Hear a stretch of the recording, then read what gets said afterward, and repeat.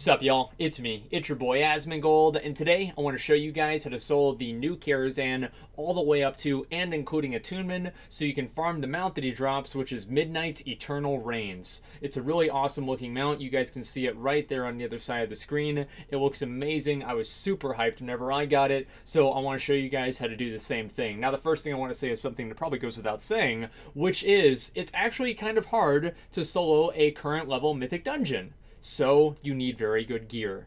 All of the tanks can do this very easily. If you're a mage, you're probably going to have a bad time. You're probably going to have to wait until late Taurus, or maybe even until next expansion. But if you're a tank or some sort of other class with very good self-healing and survivability, this is absolutely possible to do now, and I want to show you guys how to do it here.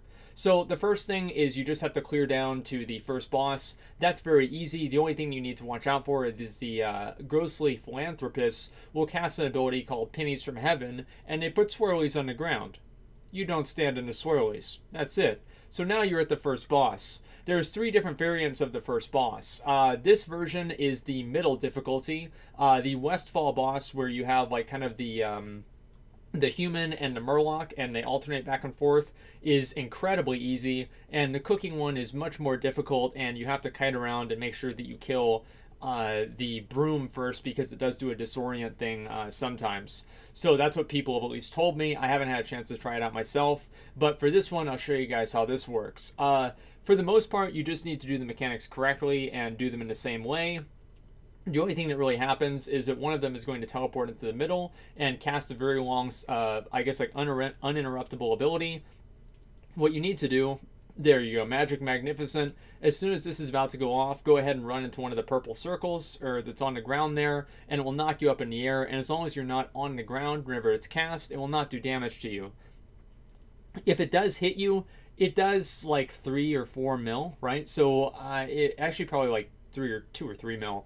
It's not going to kill you, but it can make the fight a little bit more complicated. Also, you want to make sure that you get the assistants together, that you're always cleaving them down with the bosses. The bosses do share health, so it's not really all that hard. Just make sure that you're avoiding them, and you're going to have no trouble whatsoever. It's really not that hard. You just don't want to let them pile up. I think, honestly, I got this right on my first try, so I would assume that basically anybody else with decent gear is not really going to have too much trouble. It's just basically handling those assistants and making sure that you're able to deal with the damage that they're dealing with those magic abilities. So there you go, Opera's dead, and what you want to do after that is you want to actually get killed. You want to get killed, and so I'll show you guys how to do that in just a second. You want to run down here. You want to aggro basically all of these mobs down here, and then if you really want to get killed, I'm going to show you guys this right here. You want to aggro all of these packs as well. Now, what these guys do, it actually doesn't matter because they're going to kill you, so really all you have to do is stand there. So I'll show you guys myself doing that, and then you'll see basically what you need to do after that. As you can see, I'm aggroing them. I'm getting ready to get killed here, and as you can see, I'm losing a little bit of health, so I'm about to die. And getting a little bit lower, stunned them just in case. I felt like maybe I could even kill this pack. Moving out of that, also if they do swirlies, you can stand in those to die as well. And you can also stun them to make sure they don't cast the portal cast, but that's okay. As you can see though, I did kind of mess this step up, guys. I did mess this step up a little bit because I ended up actually killing all of them. Sorry, I just wanted to show that in the clip. I thought I did a really good pull there. Anyway, so you can go ahead and get killed. After you die, you're going to teleport back to the beginning of the instance, and then you can take the other direction, and it's going to take you right to midnight. That's basically why you want to get yourself killed. If you want to clear all the way down there, sure, but I don't like wasting time.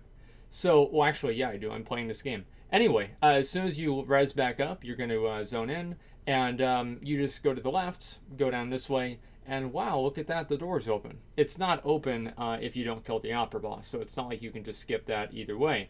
So you come right down here. Also, if you try to solo Moros, you're going to have a bad time. Just don't worry about it. So you just jump down there, you turn around, and now you're going to be fighting Midnight.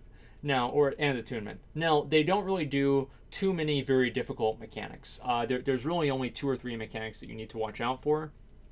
And also, unless you're trying to show off or something, you're maybe trying to you're trying to overcompensate for something, you don't need to pull all of this trash at the same time whenever you pull the boss. But if you do pull the boss with any of this trash up, the spectral apprentices on the right, or also all of the horses on the left, they will, the boss will aggro all of that trash, and you'll have to fight that with the boss. So that does make it substantially harder. So anyway, guys, so I'm going to show you guys how exactly this works. Now, Midnight doesn't really do anything until he reaches 50% health. Now, whenever Midnight reaches 50% health, Attumen is going to get off of Midnight, and he's going to do two different main abilities. The first ability that he's going to do is called Mortal Strike. It's pretty fucking basic. It doesn't really do a whole lot of damage, and if you're in a position to be able to solo this instance, it should be pretty much negligible.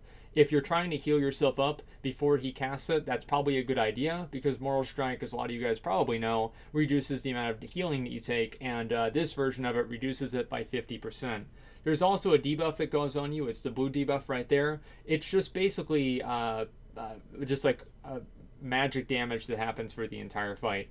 And also, he casts Shared Suffering. He does a cleave around him, and if you run away from him fast enough, or you jump away or teleport away or get away from him, the attack will not hit you, but he will recast it. The caveat with that is that the phase that he basically does, where he's not riding Midnight, lasts for about that much time, and he's not even going to have a chance to recast it. So that's going to make it very, very easy for you to avoid it every time. I either heroic leap away. If you don't have a way to mitigate the damage or just avoid the damage, being able to mitigate the damage is no problem whatsoever. It doesn't really do all that much. So I think it hits for about 5 million. So as long as you have something like Spell Reflect up, AMS, etc., you should have no trouble whatsoever. As you can see, I just got hit by it, and with Spell Reflection and Ignore Pain, it did nothing. So it really, as long as you have a way to just teleport away from it, it shouldn't be that hard at all. But if there's ever going to be a point where you want to use your cooldowns, it's going to be to mitigate Shared Suffering. Mortal Strike does do a cleave, so if you're tanking it with a pet or something, make sure you're not standing in front of the boss whenever he casts it. And also make sure you're not standing near him whenever he casts Shared Suffering. So as soon as you kill Attumen, because that's literally all he does, and also Midnight does do the horse charges back and forth after the first phase where you fight Midnight, or fight Attumen, that's not really a big deal either. You just don't get hit by them. If you do it, he does like 2 million damage, so it's not necessarily a wipe. After that, you just fight Midnight. He does 100% bonus damage, so he's still completely powerless, and he just sucks. So that's basically all you need to know. That's it. That's the whole thing. So really, guys, it's simple. You just go down, you clear up to the opera event, you clear the opera event, then you get yourself killed, and then you run back the other direction, and you can go straight to Attumen, and you can solo farm for Midnight's Eternal Reins. I think the mount's really, really awesome. I was super hyped whenever I got it, so hopefully I can help you guys get some of the mounts in the same way that I got them myself. But anyway, guys, thank you very much for watching. If you have any other tips for other people on like specific class things or anything like that to make it easier, go ahead and leave those in the comments below. But until next time, thank you very much for watching, and like, comments, and subscribe.